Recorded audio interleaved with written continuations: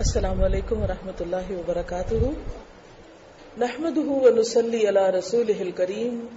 اما بعد فاعوذ باللہ من الشیطان الرجیم. بسم اللہ الرحمن الرحیم. رب اشرح لي صدری ويسر لي امری واحلل عقدۃ من لسانی یفقهوا قولی.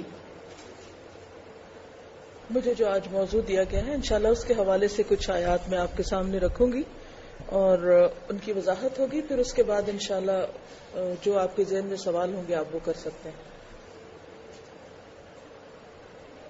وَأَطِيعُوا اللَّهَ وَأَطِيعُوا الرَّسُولَ فَإِن تَوَلَّيْتُمْ فَإِنَّمَا عَلَى رَسُولِنَا الْبَلَاغُ الْمُبِينُ. اللَّهُ لَا إِلَهَ إِلَّا هُوَ وَعَلَى اللَّهِ فَلْيَتَوَكَّلِ الْمُؤْمِنُونَ. يَا أَيُّهَا الَّذِينَ آمَنُوا ان من ازواجکم واولادکم عدوا لکم فاحذروہم وان تعفوا وتصفحوا وتغفروا فان اللہ غفور رحیم. انما اموالکم واولادکم فتنہ واللہ عنده اجر عظیم. فاتقوا اللہ ما استطعتم واسمعوا واطیعوا وانفقوا خیرا لانفسکم ومن يوق شح نفسه فأولئك هم المفلحون. إن تقرضوا الله قرضا حسنا يضاعفه لكم ويغفر لكم والله شكور حليم. عالم الغيب والشهادة العزيز الحكيم. صدق اللہ العظیم. شروع کرتی ہوں اللہ کے نام سے جو بے انتہا مہربان نہایت رحم فرمانے والا ہے.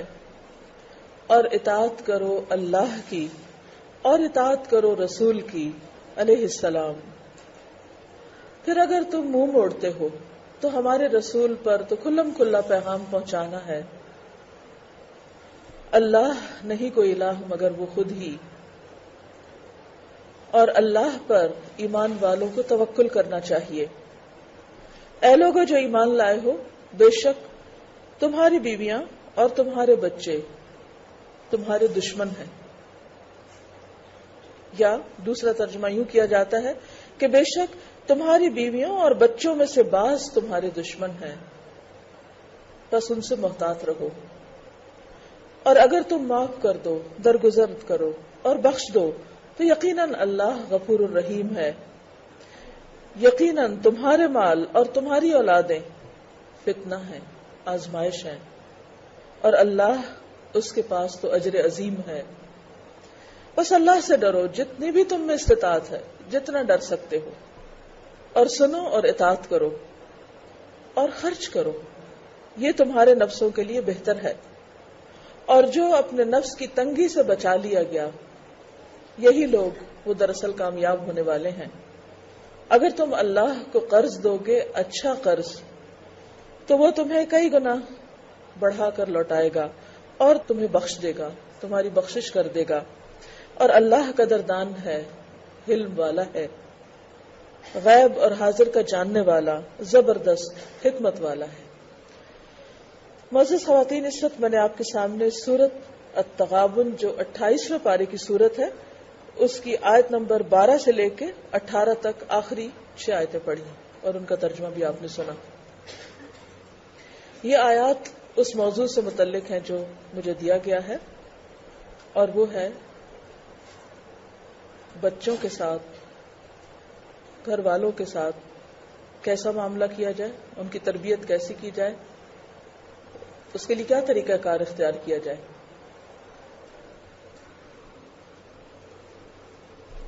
اب دیکھیں کہ بچے تو بعد میں آتے ہیں، بچوں سے پہلے ہم خود آتے ہیں.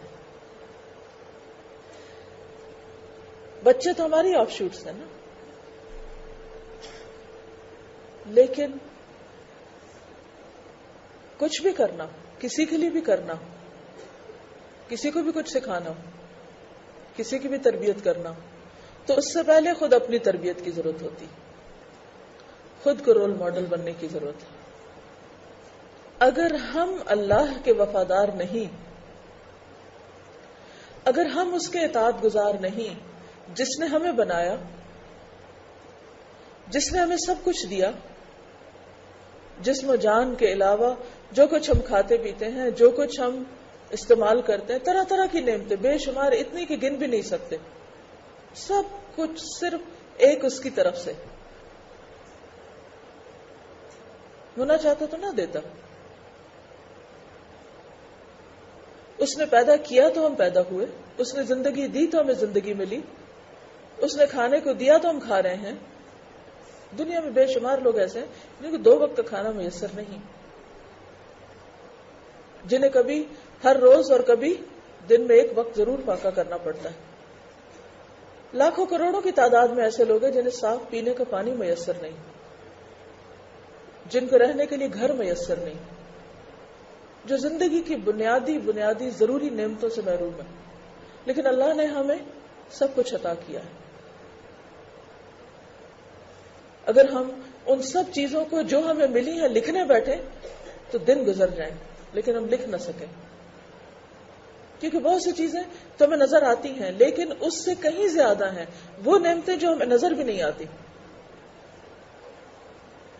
تو ان سب نعمتوں کو پا کر اس دینے والے کے ساتھ ہمارا سلوک کیا ہے، ہم اس کے کتنے اطاعت گزار ہیں، ہم اس کی کتنی بات مانتے ہیں اور کتنی بھاگ بھاگ کر مانتے ہیں. اور پھر سب سے بڑی بات یہ کہ ہم اس کے مخلص کتنے ہیں، اس کے لیے سنسیئرٹی کتنی ہے ہمارے اندر، اس کے لیے ہمارا اخلاص کتنا ہے، وفاداری کتنی ہے.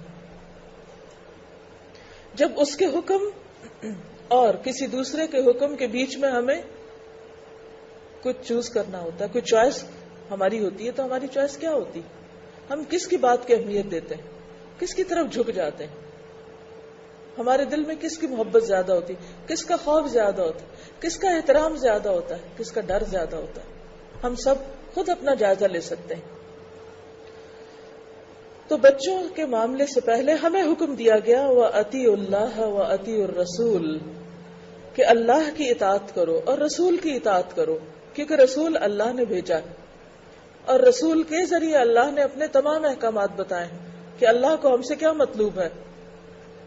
کیونکہ اللہ تعالیٰ براہ راست تو بندوں سے بات نہیں کرتا، وہ پیغمبروں کے ذریعے انسانوں سے بات کرتا ہے، ان کے ذریعے انسانوں کو بتاتا ہے کہ انسانوں کو کیا کرنا چاہیے. اس لیے ہم سب کے لیے لازم ہے کہ اگر ہم یہ چاہتے ہیں کہ ہمارے بچے دنیا اور آخرت کے نقصان سے بچیں تو اس کے لیے سب سے پہلے ہمیں اپنی عملی زندگی میں تبدیلی لانے کی ضرورت ہوگی. ہمیں اپنے ایمان کے جائزے کی ضرورت ہے. اور ایمان میں کیا کہ سب سے پہلے اللہ کے ساتھ ہمارا سب سے بڑھ کر مضبوط تعلق ہو، سب سے بڑھ کر اسی سے محبت ہو، سب سے بڑھ کر اسی کی اہمیت ہمارے دلوں میں ہو، اسی پر ہم بھروسہ کریں، اسی پر ہمارا یقین ہو، اسی کی عبادت کریں، اسی سے مدد مانگیں، اسی پر توکل کریں. ہماری زندگی میں اول و آخر وہی ہو، سب سے پہلے بھی وہی اور سب سے آخر بھی وہی. اور اس کے لیے کیا ضروری ہے؟ اللہ کی اطاعت کے لیے اللہ کی کتاب کو پڑھنا، اور صرف پڑھنا نہیں، اس کو سمجھنا، اور صرف سمجھنا بھی کافی نہیں بلکہ اس پر اطاعت کرنا، اس کی بات ماننا، جو کچھ یہ کہتا ہے اس کو فالو کرنا، یعنی اس کی اطاعت کرنا. اور اطاعت کا لفظ جو ہے یہ طوعاً سے ہے. طوع کہتے ہیں خوشی سے کوئی کام کرنے کو، اس کا اپوزٹ ہوتا ہے کرہن. مثلا اللہ کا کوئی حکم سن کر، کوئی بات سن کر اگر ہم خوشی سے نہیں مانتے، مجبوراً مان رہے ہیں، بس لگے باندھے کہ بس چونکہ اللہ کا حکم ہے اس لیے ہمیں ماننا ہے، تو یہ اطاعت کا حق ادا کرنا نہیں ہے. اطاعت کیا ہے؟ خوشی سے کسی کی بات ماننا. ہم سب اپنے دلوں کا جائزہ لیں کہ اللہ کی بات سن کر، اللہ کا حکم سن کر ہمارا رویہ کیا ہوتا ہے، ہم سب کیا کرتے ہیں. مثلا دن میں 5 بار اذان کی آواز آتی، الحمدللہ ہم مسلمان ہیں اور مسلمان ملک میں رہتے ہیں اور کسی جگہ مسجدوں کی کمی نہیں، کہیں بھی چلے جائیں ہر جگہ مسجدیں، ہر جگہ اذانوں کی آواز آتی، ہر گھر میں پہنچتی. اور اب تو مسجدوں کے علاوہ اور بھی ذریعے اذانیں سننے کے. اذان کیا ہے؟ حی علی الصلاح، حی علی الفلاح، آؤ نماز کی طرف، آؤ کامیابی کی طرف. گویا نماز کامیابی، سکسیسفل لائف کی ایک کال ہے. کامیاب ہونا چاہتے تو آؤ، آ جاؤ، ادھر کو آؤ، مسجد کی طرف آؤ. لیکن ہم میں سے کتنے مسلمان گھرانے ایسے ہیں کہ جن میں سے مرد حضرات مسجد جاتے ہیں اور نماز کے وقت واقعی وہ سب کام چھوڑ دیں اور مسجد کا رخ کریں، چاہے وہ ریلیجس گھرانے ہوں، چاہے وہ ماڈرن گھرانے ہوں، چاہے وہ پڑھے لکھے ہوں، ان پڑھ ہوں. مسجد کی حیثیت ہماری سوسائٹی میں کیا رہ گئی؟ وہ عبادت کے گھر سے زیادہ سیاست کا گھر، اور سیاست کے گھر سے زیادہ اب بہت سے مسائل اور بعض اوقات دہشت گردی کا سمبل قرار پا گئی. کس کا قصور ہے اس میں؟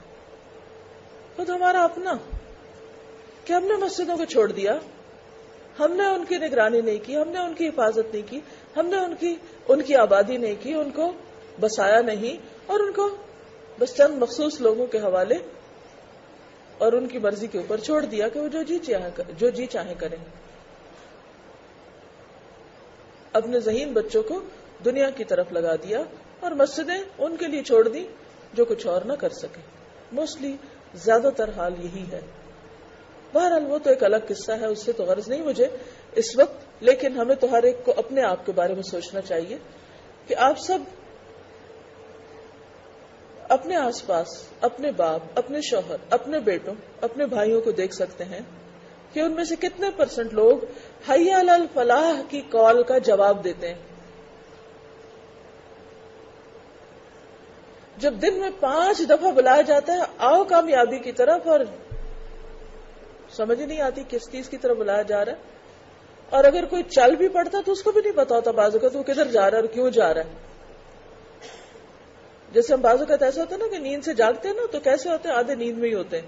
اس وقت کی جو نماز ہوتی ہے نا وہ اسی طرح کی ہوتی ہے جیسے سوئے ہوئے نماز پڑھ رہے ہیں. نماز میں بھی کہتے ہیں ہم خشوع کے لیے آنکھیں بند کر رہے ہیں، وہاں بھی آرام کرنے لگتے ہیں. پھر تو یہی حال ہوتا ہے کہ کچھ لوگ مسجدوں کو جاتے بھی ہیں تو آدھے سوئے ہوئے جاتے ہیں، نہیں پتا کیوں جا رہے ہیں اور نہیں پتا وہاں کرنا کیا ہے، اور پھر وہاں سے اٹھ کے آگے بس بات ختم. پھر آپ دیکھیے یہ صرف ایک مثال ہے اطیع اللہ کی، کیونکہ نماز سب سے پہلا حکم ہے اللہ کا. شیطان نے کیا کیا تھا؟ سجدے سے انکار کیا تھا اور وہاں سے بات بگڑی تھی، اور وہ سجدہ اللہ کو نہیں تھا، بندے کو تھا.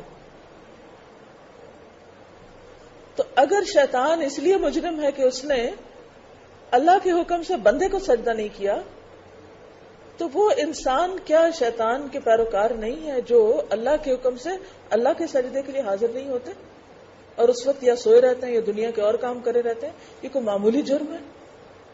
جب ہم ہر روز 5 دفعہ اللہ کی نافرمانی کریں،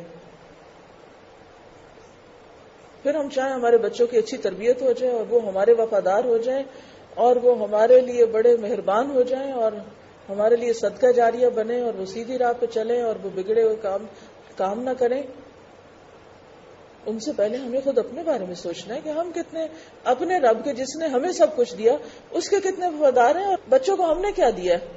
صرف پیدا کر دیا، کچھ کھلا پلا دیا، کچھ تکلیفیں ان کے لیے اٹھائی اور ان کی دنیا کی کامیابی کی دعائیں کی اور ان کے لیے کچھ خواب دیکھ لیے، اور اس کے بعد ان پر اپنا بہت بڑا حق سمجھتے ہیں. اور اگر وہ ہماری بات نہ مانے یا ہماری مرضی کے مطابق نہ چلیں تو ہم بہت زیادہ اپسیٹ ہوتے ہیں اور بہت ہم سمجھتے ہیں کہ ہم سے زیادہ کوئی مظلوم ہی نہیں کہ ہمارے بچے ہماری بات نہیں سن رہے، یا یہ کہ ہماری مرضی کے مطابق زندگی نہیں بسر کرنا چاہتے یا بہت سی خرابیوں میں ملوث ہو رہے ہیں.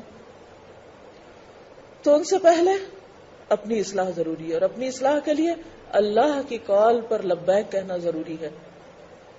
اور پھر صرف اللہ کی اطاعت نہیں، رسول کی اطاعت بھی ضروری ہے، کیونکہ بہت سے لوگ کہتے ہیں ٹھیک ہے جو قرآن میں آیا ہے وہ تو ٹھیک ہے، لیکن جو حضور صلی اللہ علیہ وسلم نے فرمایا ہے، جو آپ نے کیا وہ حجت نہیں ہمارے لیے. نہیں، ان کی بات ماننا بھی ضروری ہے. اب ساتھ ہی فرما دیا فَإِن تَوَلَّيْتُمْ، پھر اگر تم نے منہ موڑا، تم منہ پھیر گئے، فإنما علی رسولنا البلاغ المبین، تو ہمارے رسول پر تو پیغام پہنچانے کی ذمہ داری ہے کہ کھلم کھلا سب کو بتا دے، خبردار کر دے. اب اگر کوئی نہیں سنتا تو رسول کی پوچھ نہیں، اور نہیں کوئی سنتا اور نہیں مانتا تو دنیا میں شاید پکڑ نہ ہو، لیکن اللہ نے رسول کسی مقصد سے بھیجا، کتاب کسی مقصد سے بھیجی ہے، ہمیں بھی کسی مقصد سے دنیا میں بھیجا ہے. یہ زندگی اس لیے نہیں دی کہ اس میں ہم اپنی مرضی کے کام کریں اور اپنی مرضی کے طریقے جاری کریں یا اپنی مرضی کے مطابق زندہ رہیں. نہیں، ہمارے لیے کیا ضروری ہے کہ ہم جس نے ہمیں بھیجا ہے اس کی مرضی کے مطابق یہاں رہیں، تاکہ جب ہم واپس جائیں تو ہماری مرضی ہم سے پوچھی جائے اور ہمیں ہماری مرضی کا ٹھکانہ وہاں ملے جو ہمیشہ کے لیے رہنے کی جگہ ہے.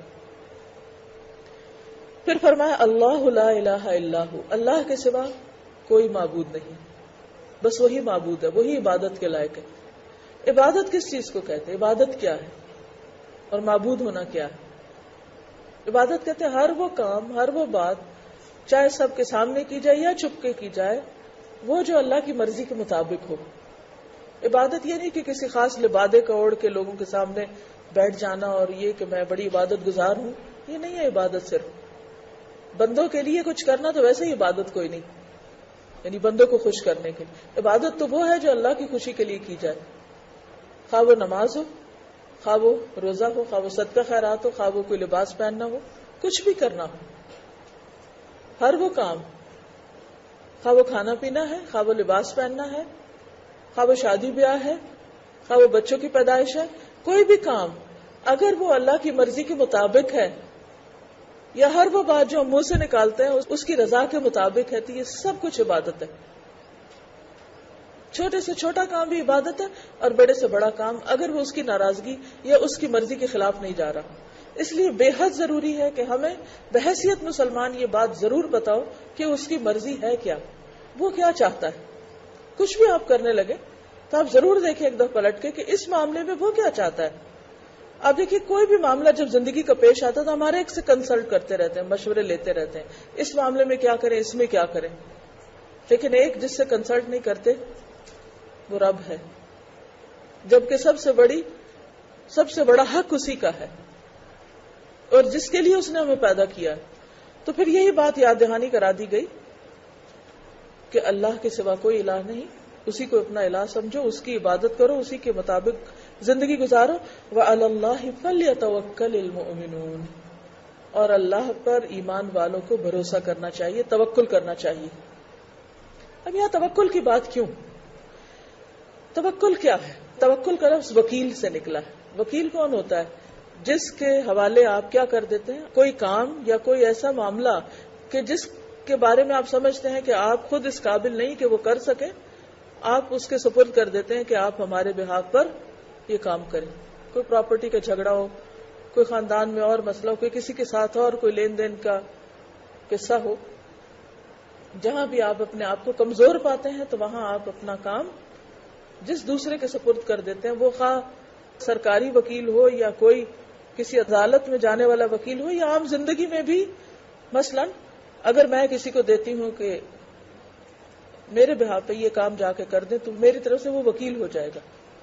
مثلا نکاح نامے میں آپ نے پڑھا ہوگا نا کہ دلہا کی طرف سے وکیل اور دلہن کی طرف سے وکیل، تو وہ وکیل لائر نہیں ہوتے جو کورٹس میں کام کرتے ہیں، وہ کوئی بھی شخص جو کسی کی نیابتاً یا کسی کے بہاف پہ کوئی کام کر رہا ہو جو اس سے بہتر کر سکے تو وکیل ہوتا.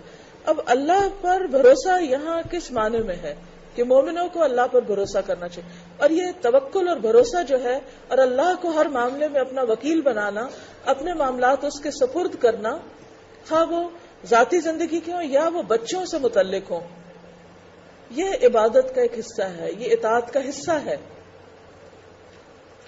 مثلا بہت دفعہ حالات ہمارے موافق ہوتے ہیں تو ہم سارا کریڈٹ خود کو دیتے ہیں اور کیا کہتے ہیں کہ میری تربیت ہے، یہ میرا طریقہ ہے، یہ میں نے محنت کی ہے، یہ میری کوشش ہے. حالانکہ بہت دفعہ ہماری وہی کوششیں انتہائی فیل بھی ہوتی ہیں.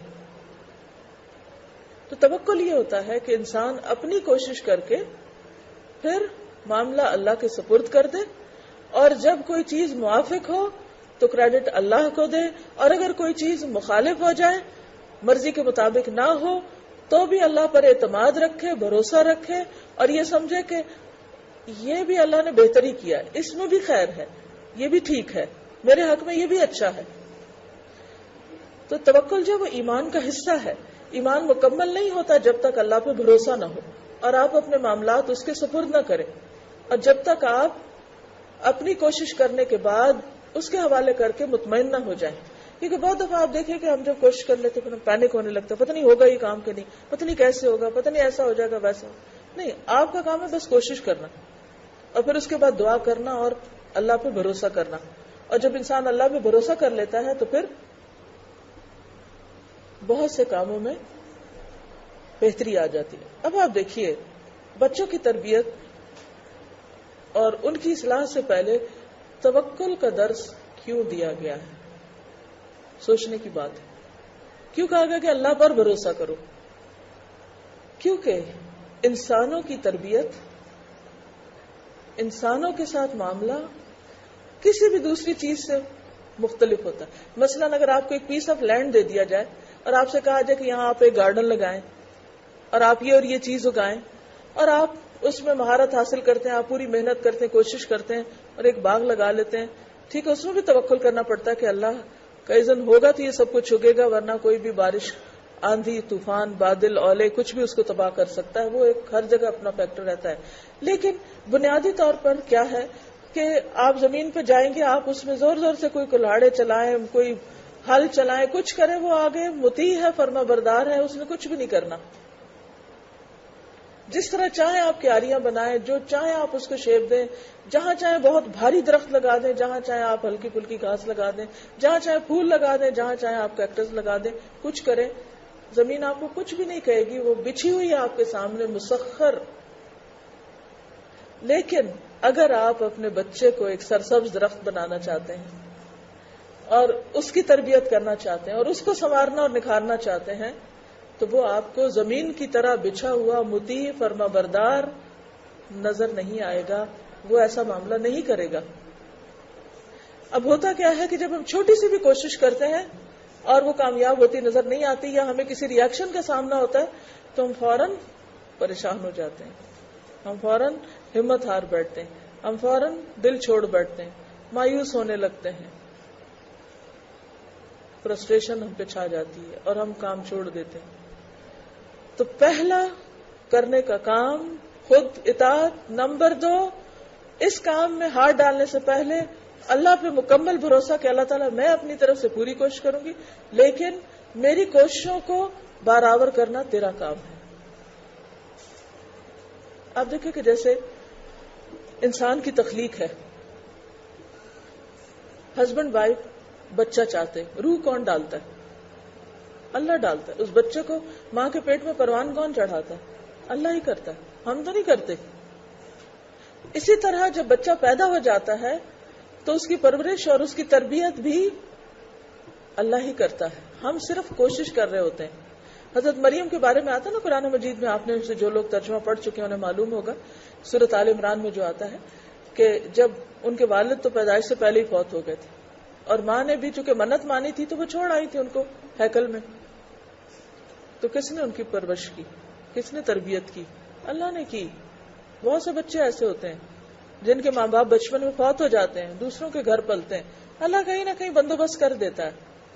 تو اگر اللہ نے ہمیں یہ نعمت دی اور ہمارے ہاتھوں ہمارے بچے پل رہے ہیں تو مت سوچیں کہ ہم ان کے خدا بن گئے۔ بچوں کے خدا نہ بنیں، ماں باپ ہی رہیں، اور جو خدا کے کرنے کا کام ہے اس کے لیے خدا ہی سے دعا کریں، اس پر بھروسہ کریں۔ لیکن توکل کا معنی بعض لوگ سمجھتے ہیں جیسے کوشش چھوڑ دینا۔ بعض کہتے ہیں نا کہ فلی آٹومیٹک گاڑی ہے، تو لوگ بڑے خوش ہو جاتے ہیں، جس کو نہیں پتا ہوتا کہ اس کا مطلب کیا ہے تو وہ سمجھتے ہیں شاید گاڑی خود ہی چل پڑے گی، اس کو بھی چلانا پڑتا ہے۔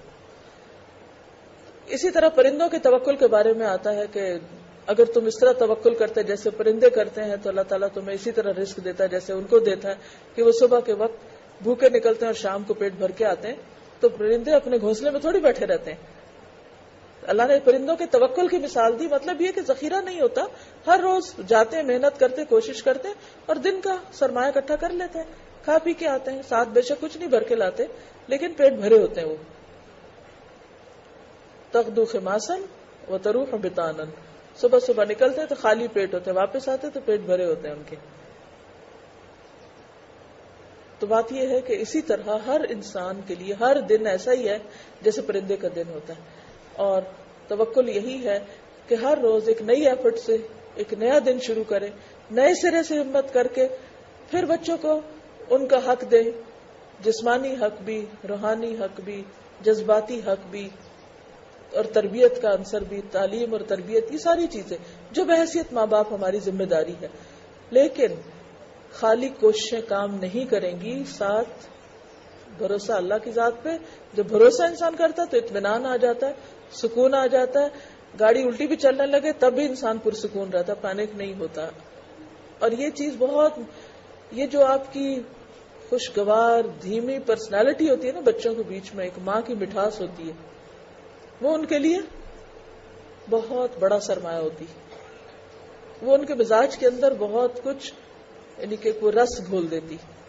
لیکن ہم مائیں جب جذباتی رویہ اختیار کرتی ہیں، چھوٹی چھوٹی بات پہ، معمولی بات پہ بہت بڑا غصہ کر لیتی ہیں، چھوٹی چھوٹی بات پر ان کو بہت لیٹ ڈاؤن کرتی ہیں، اور چھوٹی سی ان کی غلطی پر بالکل ہمت حوصلہ ہار بیٹھتی کہ اب تو ان کو ہونا ہی نہیں، سب تو بگڑ گیا سب کچھ. اس کا بہت منفی اثر پڑتا ہے بچوں کے اوپر. کسی کی بھی آپ نے تربیت کرنا ہے تو پہلے ذرا اپنی کر لیں. کسی کو اگر آپ نے کوئی سبق سکھانا ہے تو پہلے ذرا اپنے آپ کو سکھا لیں. کسی کو اگر آپ نے اچھے اخلاق کی تربیت دینی ہے تو ذرا خود اس طرح کا معاملہ کر کے دکھائیں. بچوں کے لیے جب تک رول ماڈل نہیں بنیں گے اس وقت تک بچوں کی تربیت ہو نہیں سکتی. ہو سکتا ہے انہوں نے بڑے ہو کے کسی اور کو رول ماڈل بنا لیا اور اس کے مطابق انہوں نے اپنی زندگی ڈھال لی، لیکن پھر ہماری کوششیں زیادہ فائدہ مند نہیں ہوگی. بچے لیکچر سے نہیں سیکھتے، بچے عمل سے سیکھتے ہیں. اور ان کی تربیت میں وہ جو ایک مشہور فارمولہ ہے نا کہ 7 سال تک تو بہت پیار دیں، اگلے 7 سال ان کو ڈسپلن کریں، اگلے 7 سال ان کے دوست بن جائیں جب ٹین ایجر ہوں، اور پھر اگلے 7 سال کے بعد ان کو ان کے حوالے کر دیں، ان کو چھوڑ دیں، ان کو اپنا انڈیپینڈنٹ لائف گزارنے دیں. when they are 21 مطلب شادی وادی کر دیں، ان کو ان کی زندگی اپنی مرضی کے مطابق اب گزارنے دیں، کم انٹرفیئرنس کریں. تو ہم کیا کرتے ہیں، بعض اوقات پہلے 7 سال وہ محبت نہیں دیتے جو ان کا حق ہے، اور اگر ہم 7 سال پہلے نہیں دیے نا تو پھر غلط وقت پہ دینا شروع کر دیتے ہیں جو ڈسپلن سکھانے کا وقت ہے. پھر جب دوست بننے کا وقت ہے ٹین ایج میں، تو اس وقت پھر ان کی چھوٹی چھوٹی باتیں میں بادر کرتی ہیں، اور پھر ہم غصہ دکھاتے ہیں، اور پھر ہم فرسٹریٹ ہوتے ہیں، اور وہ ہم سے زیادہ ہم سے بگڑتے ہیں، اور پھر تربیت رہ جاتی. اور پھر جب وہ بڑے بھی ہو جاتے، شادی بھی ہو جائے، پھر بھی نہیں ان کا پیچھا چھوڑتے، پھر بھی ان کی زندگیوں میں بیٹی ہو یا بیٹا، ہمارے کلچر کا یہ حصہ بن چکا کہ ان کی زندگیوں میں مداخلت ضرور کرنی. وہ بتائیں یا نہ بتائیں، کسی نہ کسی طرح ضرور تجسس کرنا ہے، پوچھنا ہے، پیچھا کرنا ہے. اور یہ ہم اپنی ذمہ داری سمجھتے ہیں. جب ذمہ داری تھی اس وقت پوری نہیں کی، اور جب وہ اپنے ذمہ دار خود ہیں تو پھر ہم ان کے ذمہ دار بننے لگتے ہیں. تو اس چیز کو، اس فارمولے کو سیکھنا اور اس کے مطابق عمل کرنا بھی ضروری ہے. لیکن بہرحال اس وقت تو میں قرآن پاک کے ساتھ ساتھ چلوں گی. پھر فرمایا یا ایھا الذین آمنوا ان من ازواجکم و اولادکم عدوا لکم فاحذروہم. اے ایمان والو، تمہاری بعض بیویاں، ازواج کا لفظ صرف بیویوں کے لیے نہیں آتا، شوہر کے لیے بھی زوج کا لفظ آتا ہے. عربی میں اسپاؤس کے معنوں میں استعمال ہوتا ہے. بیوی کے لیے شوہر، شوہر کے لیے بیوی. ان میں آپس کے جو تعلقات ہیں وہ ایسے ہو سکتے ہیں جیسے 2 دوستوں کے نہیں 2 دشمنوں کے. اور بہت دفعہ ایسا ہوتا ہے دونوں کی آپس میں بالکل نہیں بنتی، بالکل دونوں کی تھنکنگ فرق، دونوں کے مفادات فرق، دونوں کی دوڑ فرق، بہت کچھ اختلاف ہوتا ہے. ایسا ہو سکتا ہے. اور اسی طرح بچوں کے ساتھ بھی ہوتا ہے. بعض اوقات ہسبینڈ وائف تو بہت ایک دوسرے کے لیے مہربان ہیں، لیکن بچے بالکل ہی اپوزٹ مزاج کے. آپ جو کہیں گے اس سے الٹ جائیں گے، جو آپ چاہیں گے وہ دوسری طرف جائیں گے. اور پھر یہاں پر جو کہا نا کہ تمہارے دشمن ہو سکتے ہیں، تو اس میں ضروری نہیں کہ دنیاوی معاملات میں، دین کے معاملات میں بھی دشمن ہو سکتے ہیں.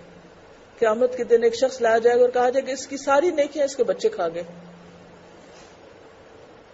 یعنی انہوں نے ایسے کام کیے کہ اس کی عزت پہ بھی بٹا لگایا اور جو کچھ اس نے کیا تھا وہ انڈو کر دیا انہوں نے. تو ایسے معاملے میں جو حل بتایا گیا ہے اللہ نے بتایا وہ کیا ہے؟ فاحذروہم، محتاط رویہ، محتاط رہو، احتیاط برتو، ڈرتے رہو. کیونکہ حذر کا لفظ جو ہے احتیاط کے لیے بھی آتا ہے، ڈر کے لیے بھی آتا ہے. چوکنے رہو، کانشیس رہو، جاگتے رہو. کیونکہ جب انسان احتیاط کرتا ہے، مثلا گاڑی چلا رہے ہیں آپ، تو احتیاط کس چیز کا نام ہے بتائیے؟ گاڑی چلاتے ہوئے احتیاط کیا ہوتی؟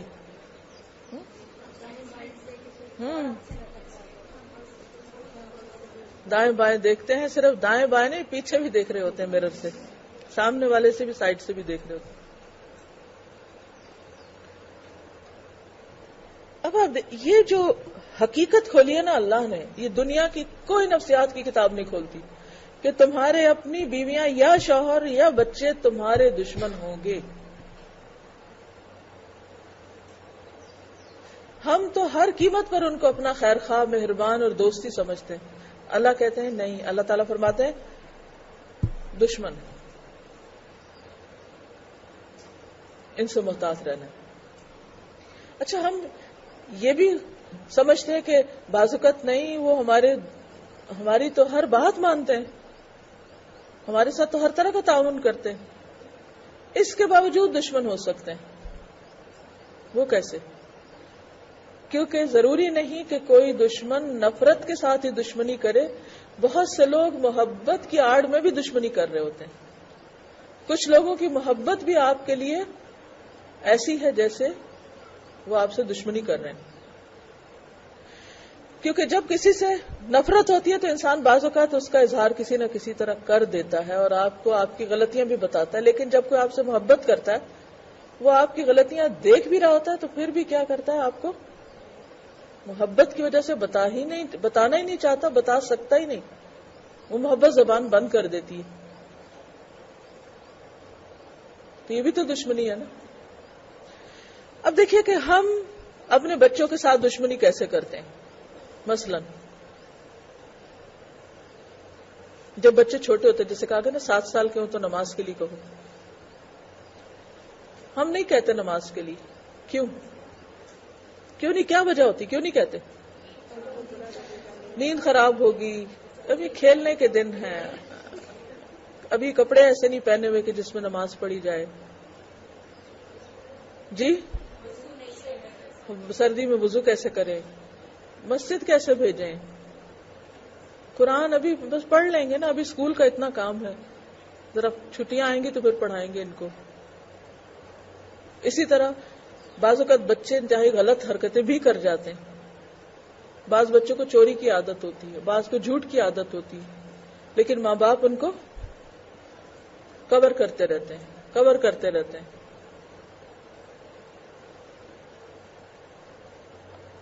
کتنی دفعہ ایسے ہوتا ہے کہ اگر کسی نے ہمارے بچے کو کوئی غلط کام کرتے دیکھا ہے اور اگر وہ ہمیں بتانا چاہے تو ہمارا ری ایکشن کیا ہوتا ہے؟ کتنے ماں باپ ایسے ہیں جو حوصلے کے ساتھ اپنے بچوں کی غلطی کو سن لیں یا مان لیں، سننا نہیں چاہتے. بہت سے لوگ بچوں کی وجہ سے آپس میں لڑ پڑتے ہیں. بعض اوقات ہسبینڈ وائف بچوں کی وجہ سے لڑتے ہیں. نہیں، دونوں ویسے ٹھیک ہوتے ہیں لیکن کوئی نہ کوئی بچہ ان کی باہم لڑائی کی وجہ بن جاتا ہے. تو بات یہ ہے کہ یہ رشتے انتہائی پیار کے رشتے ہیں، انتہائی محبت کے رشتے ہیں. ان میں اگر آپس میں بہت بنتی ہو تب بھی، اور اگر نہیں بنتی تب بھی، دونوں حالتیں کیا؟ دشمنی کی حالتیں. کیونکہ جتنا کوئی قریب ہوتا ہے اس کے سامنے حق بیان کرنا بھی اتنا ہی مشکل ہوتا ہے، اس کو اس کی غلطی بتانا بھی اتنا ہی مشکل ہوتا ہے، بعض اوقات اس کی اصلاح کرنا بھی اتنا ہی مشکل ہوتا ہے.